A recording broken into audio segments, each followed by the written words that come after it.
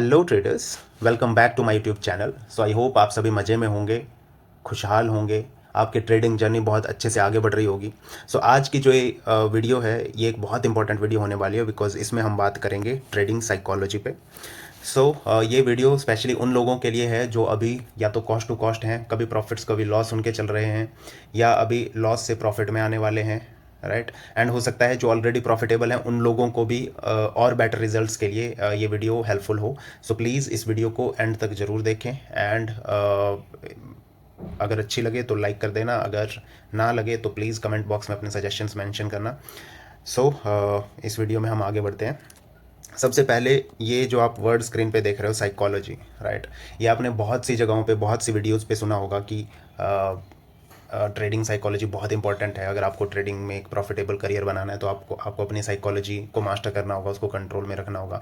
सबसे पहले हम सिर्फ साइकोलॉजी की बात करते हैं कि एक्चुअल में साइकोलॉजी होती क्या है, बिकॉज बहुत से लोग मतलब इसको अच्छे से नहीं समझते होंगे कि ये है क्या एक्चुअल में, राइट। तो जो साइकोलॉजी होती है वो स्टडी होती है बेसिकली हमारे माइंड एंड बिहेवियर्स की। किसी भी पर्टिकुलर सिचुएशन में हमारा माइंड हमें किस हिसाब से डायरेक्ट करता है एंड हम कैसे बिहेव करते हैं उस सिचुएशन में, या हम अपने माइंड को कंट्रोल कर पाते हैं उन पर्टिकुलर सिचुएशन में, ये सारी चीज़ें हमारी साइकोलॉजी के अंडर आती है, राइट।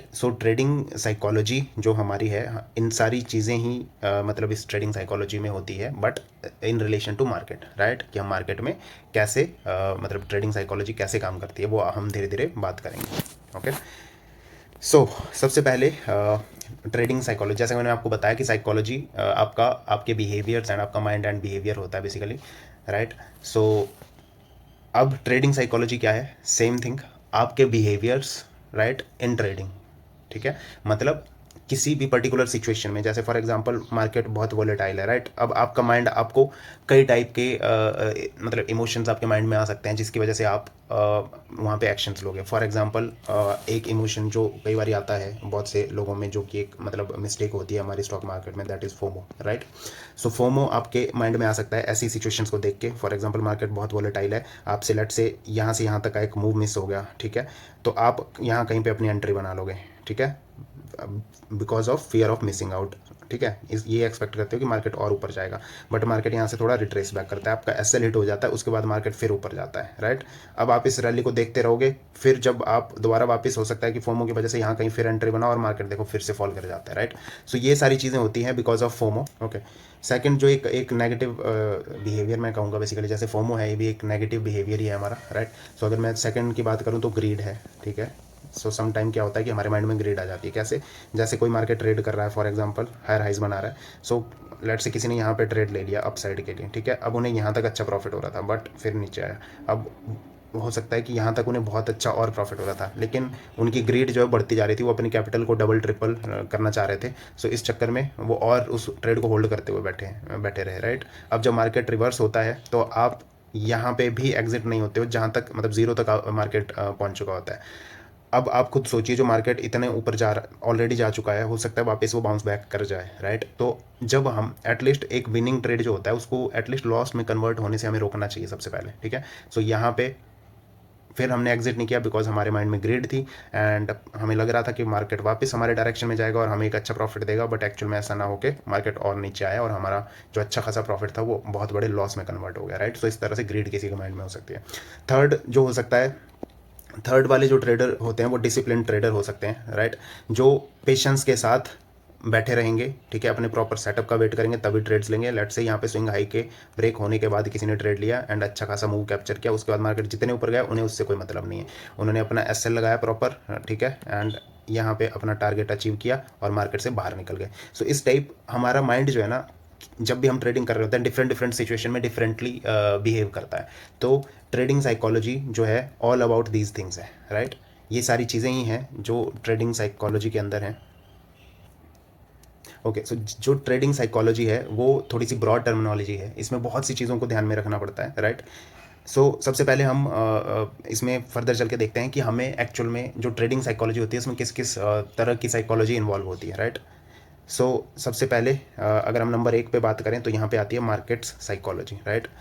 ये मार्केट साइकोलॉजी क्या होती है बेसिकली, इसको हम एक सिंपल भाषा में कहें तो कैंडलस्टिक्स से आपको जो प्राइस एक्शन से समझ आती है साइकोलॉजी, वो psychology, right. Candlestick for example किसी पर्टिकुलर लेवल पे आप देखते हो कि इस टाइप की कोई रिजेक्शन कैंडल स्टिक्स बनती हैं, राइट, या कोई बुलिश कैंडल बन जाती है, राइट, या कुछ डोजी टाइप बन जाती है, राइट। सो इस तरह से मतलब कई टाइप की कैंडल स्टिक्स हो सकती हैं जो एक तरह से मार्केट की साइकोलॉजी को बयां करती है, राइट। अब जो मार्केट साइकोलॉजी होती है वो एक तरह से क्यूमुलेटिव साइकोलॉजी है for all the traders who are trading in market, right.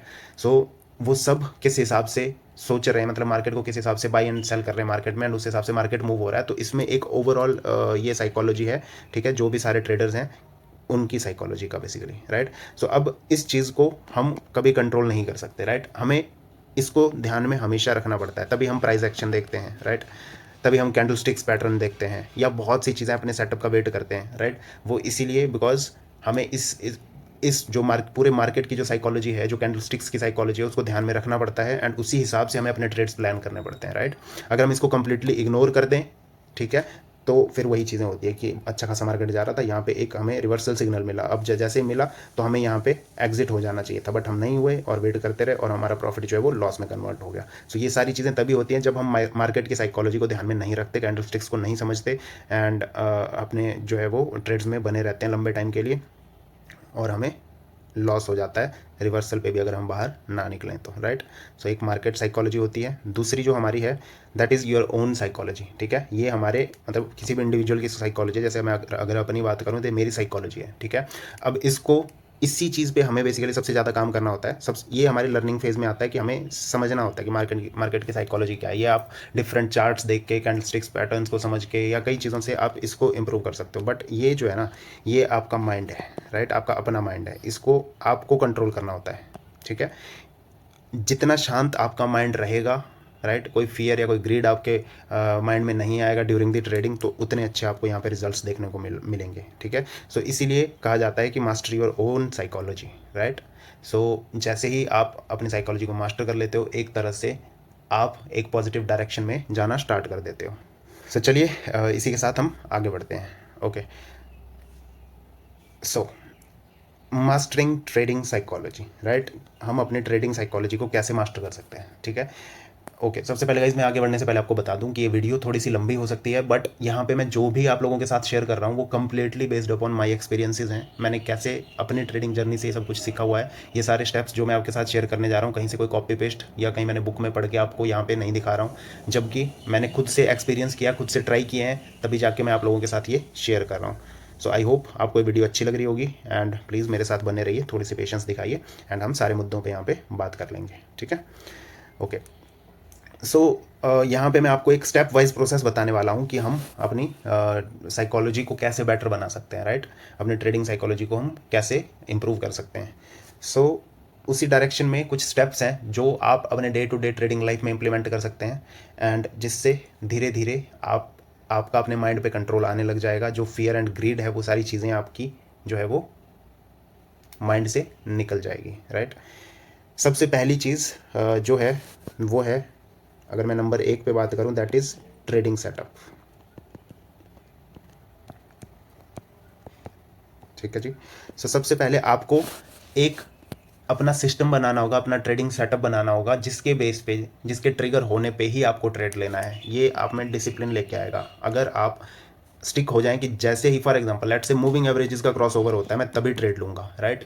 जब आप स्टिक हो जाएं इस चीज़ पे, या कुछ भी मतलब RSI पे आप ले सकते हो, जो भी indicator base, price action base, जो भी आपको लगता है, ठीक है, बट आपका कोई ना कोई सिस्टम होना चाहिए, आपको वही फॉलो करना है, उसी को फॉलो करते हुए आपको ट्रेड्स लेने हैं। ये स्टेप बहुत ही ज़्यादा जरूरी है। विदाउट ट्रेडिंग सेटअप अगर आप ट्रेड करेंगे तो वो एक तरह से तुक्का ट्रेडिंग है। आपको हो सकता है कुछ टाइम तक उसमें प्रॉफिट्स दिखते रहें, बट एट द एंड आप उसमें लॉस में ही रहने वाले हो। सो इसीलिए ट्रेडिंग सेटअप का होना बहुत ही ज़्यादा जरूरी है, एक ट्रेडिंग सिस्टम का होना बहुत ज़रूरी है, ठीक है। तो सबसे पहले अपना एक ट्रेडिंग सिस्टम तैयार कीजिए, जो भी है, मतलब आपको बाई एंड सेल के सिग्नल मिले, एक ऐसा ट्रेडिंग सिस्टम आप सबसे पहले बनाइए, एंड उसी पे ही ट्रेड कीजिए, राइट।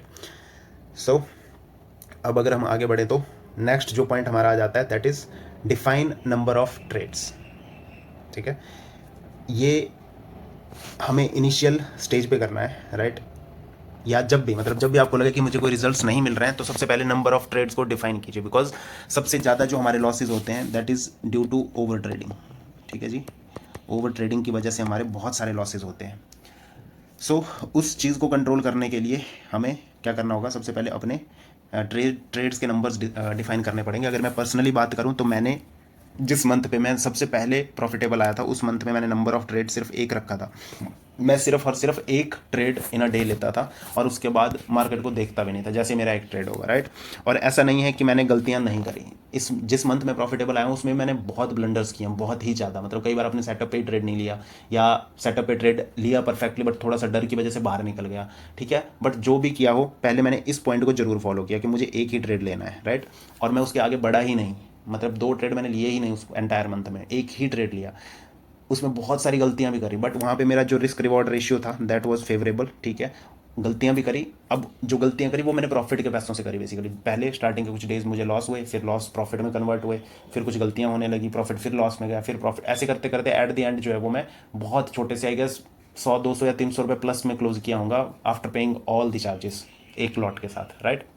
बट मेरे लिए वो भी बहुत बड़ी एक अचीवमेंट थी, बिकॉज मैं काफ़ी टाइम से ट्रेडिंग कर रहा था, but that was my first month कि मैंने एंटायर मंथ ट्रेडिंग भी करी, एक ट्रेड इन अ डे लिया एंड मैं प्लस में क्लोज किया। सो मैं सबसे पहली चीज़ अगर मैं बोलूँ जो जिसने मुझे हेल्प किया दैट वाज दिस, कि डिफाइन नंबर ऑफ ट्रेड, जहाँ पे मैंने सिर्फ एक ट्रेड डिफाइन किया था और मुझे उससे बहुत ज़्यादा हेल्प मिली, ठीक है। इससे मैं कोई आलतू फालतू के ट्रेड नहीं लेता था, कभी कोई ओवर ट्रेडिंग नहीं हुई। सो इससे जो है वो मुझे बहुत ही ज़्यादा हेल्प मिली। सो इसलिए आपको भी अपने नंबर ऑफ ट्रेड्स डिफाइन करने चाहिए। मैं ये नहीं कहता कि आप भी एक ही करो, ये आप अपनी रिस्क कैपेसिटी के हिसाब से करो, ठीक है। बट नंबर ऑफ ट्रेड्स जरूर डिफाइन करो, राइट। मैं ये भी नहीं कह रहा कि आप हमेशा के लिए जैसे 1 ट्रेड इन अ डे पे आप शिफ्ट करोगे तो आप हमेशा एक ही ट्रेड लोगे, नहीं। ग्रेजुअली आप इंक्रीज कर सकते हो अपने नंबर ऑफ ट्रेड जैसे जैसे आपको अपने में इंप्रूवमेंट दिखता है, तो ठीक है। सो आगे बढ़ते हैं। Define max loss for trades, right. अब लेट से आपने 1 या 2 trade in a day define कर लिए, डिसाइड कर लिए, राइट। बट उसमें भी कई बार क्या होता है कि जैसे फॉर एग्जांपल आप ट्रेड लेते हो, तो सबसे पहले यहाँ पे इस चीज़ का थोड़ा सा एक नेगेटिव पॉइंट ये होता है कि कई बार आप ना इम्पेशेंट हो जाते हो और आप अपने ट्रेडिंग सेटअप का वेट नहीं करते, बिकॉज आप में नंबर एक फोमो आ जाता है समटाइम्स, कि आपको लगता है कि मैंने सिर्फ एक ही ट्रेड लेना है, क्या होगा अगर मेरे से अपॉर्चुनिटी मिस हो जाए या समथिंग लाइक दैट। कई चीज़ें दिमाग में चलती हैं, बट उन सारी चीज़ों को ही कंट्रोल करते हुए आपको आगे बढ़ना होता है। सो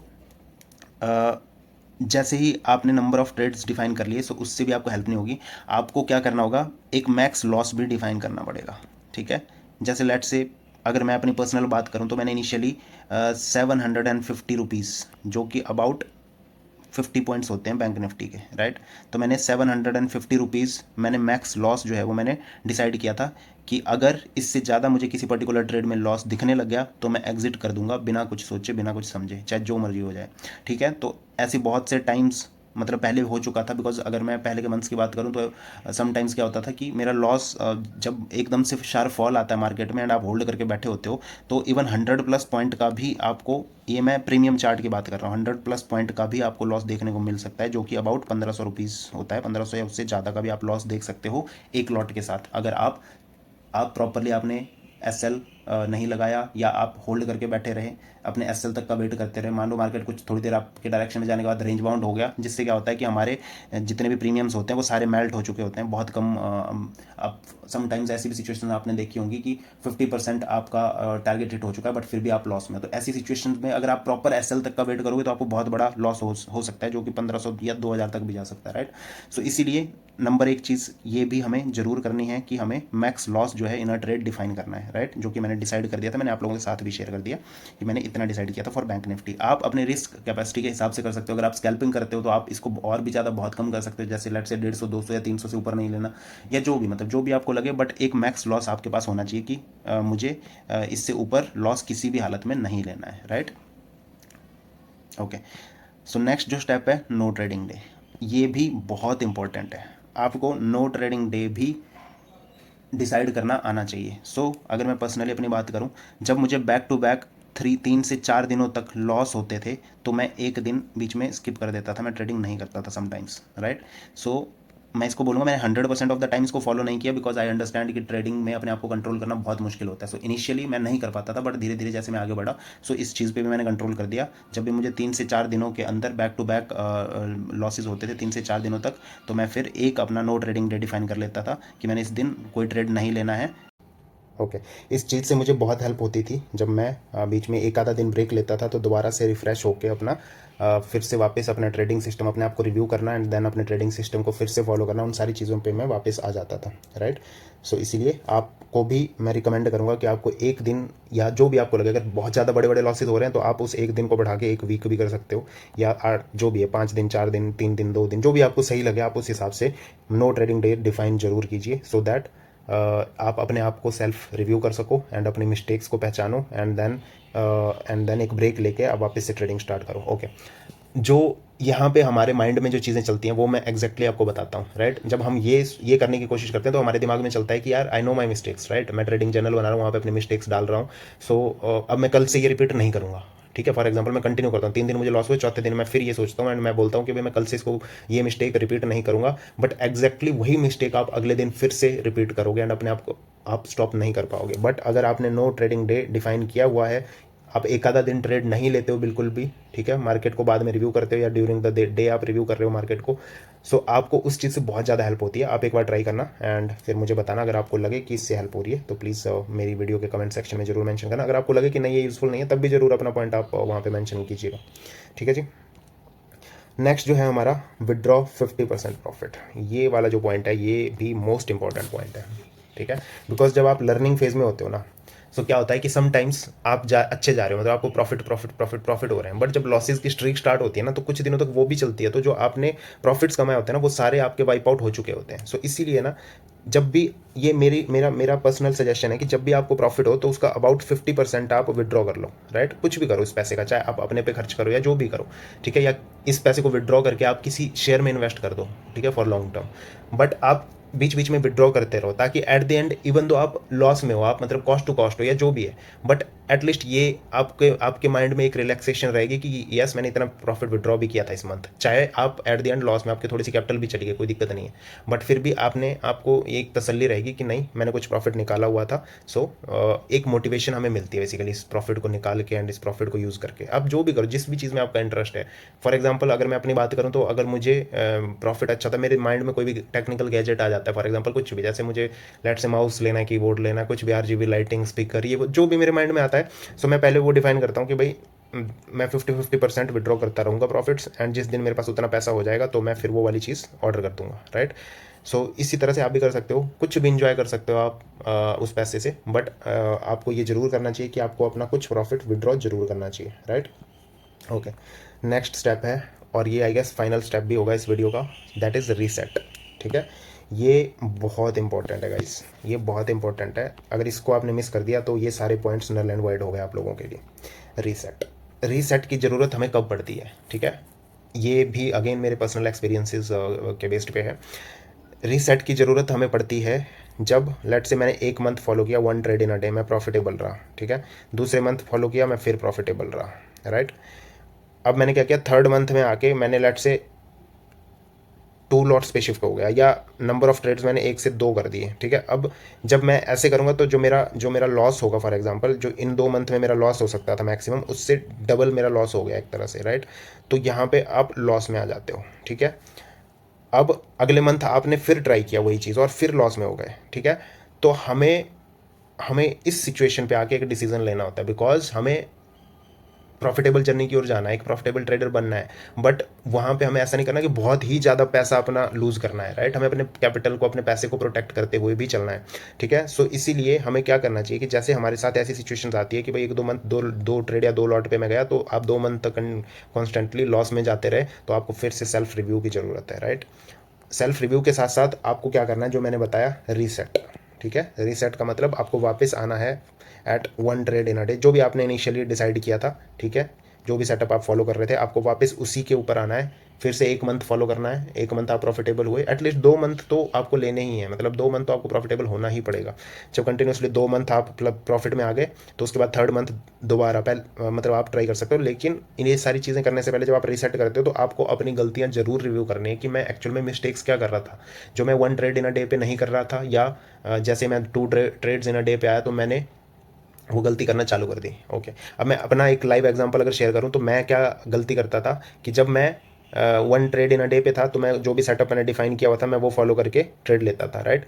लेकिन समटाइम्स क्या होता था कि जैसे फॉर एग्जांपल मैं यहाँ कहीं पे अपसाइड का ट्रेड एंट्री बना रहा हूँ यहाँ से, ठीक है। मार्केट थोड़ा सा ऊपर जाता है, कंसोलिडेट करने लगता है, ठीक है, मेरा एसएल हिट हो जाता है, ठीक है। अब मैं क्या करता था, यहीं पे सेकंड ट्रेड भी ले लेता था, अपना डाउन साइड की पोजीशन बना लेता था, जो कि विदाउट एनी सेटअप था, ठीक है। एक तरह से रिवेंज लेने के लिए था कि मार्केट मेरी डायरेक्शन में नहीं गया, मैं गलत हो गया, अब मैं जिस डायरेक्शन में मार्केट जा रहा है मैं उस डायरेक्शन में बैठ जाऊँगा। सम टाइम तो ये चीज़ चल भी जाती थी, लेकिन मैक्सिमम टाइम क्या होता था कि ये फिर यहाँ भी कंसोलिडेट करके वापस ऊपर निकल जाता था। तो मेरा इस साइड भी एसएल हिट हो गया, इस साइड भी एसएल हिट हो गया।